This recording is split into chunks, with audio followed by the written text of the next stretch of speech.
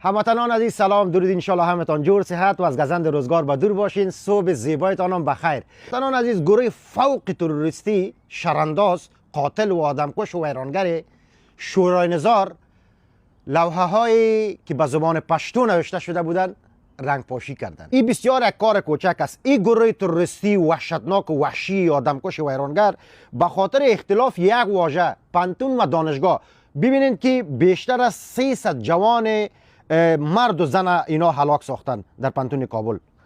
باز هم نسل خر خراسانی خود را ترقاندند، این بار در پانتون به خاطر تغییر نام پانتون از پانتون به دانشگاه. هموطنان عزیز، میبینین اینی دو نفر نجس کثیفی که میبینین در تصویر، اینا داعشی هستند. یکیش به نام آنوس پنشیری است و دیگهش هم به نام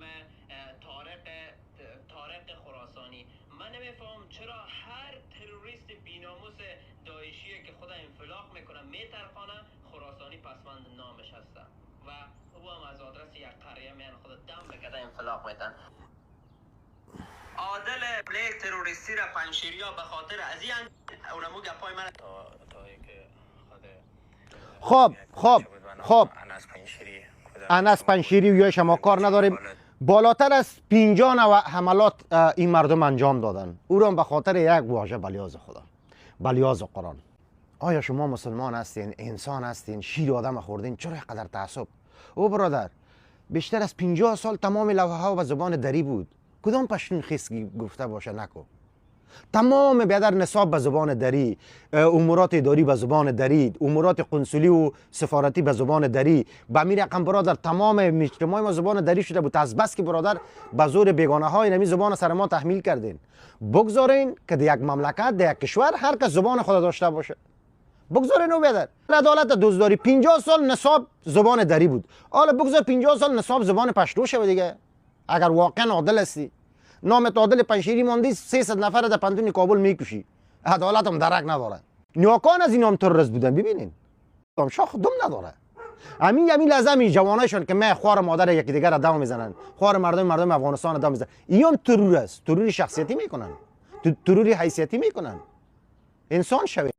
هموطنان عزیز سلام، درود، انشالله همتان جور صحت و از گزند روزگار با دور باشین. صبح زیبایتان هم بخیر. هموطنان عزیز، گروه فوق تروریستی شرانداز، قاتل و آدمکش و ویرانگر هایی که به زبان پشتو نوشته شده بودند رنگ پاشی کردند. این بسیار یک کار کوچک است. این گروه تروریستی وحشتناک و وحشی آدمکش و ویرانگر به خاطر اختلاف یک واژه پانتون و دانشگاه، ببینید که بیشتر از 300 جوان مرد و زن اینا هلاک ساختن در پانتون کابل.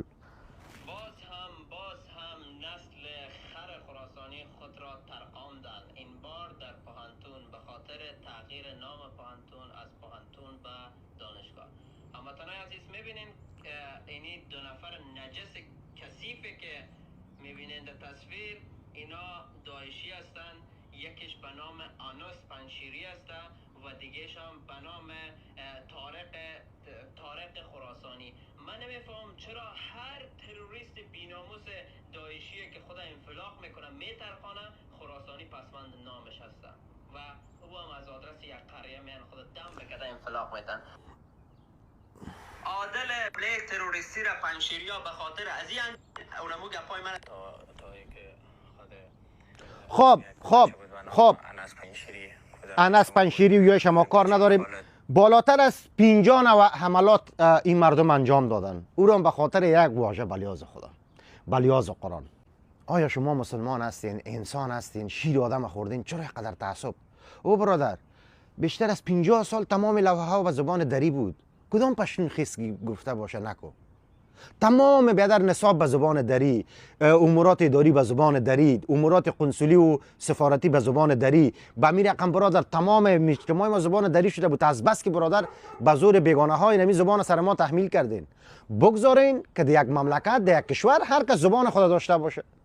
بگذارین او بیادر. عدالت دوزداری 50 سال نصاب زبان دری بود. حالا بگذار 50 سال نصاب زبان پشتو شود دیگه.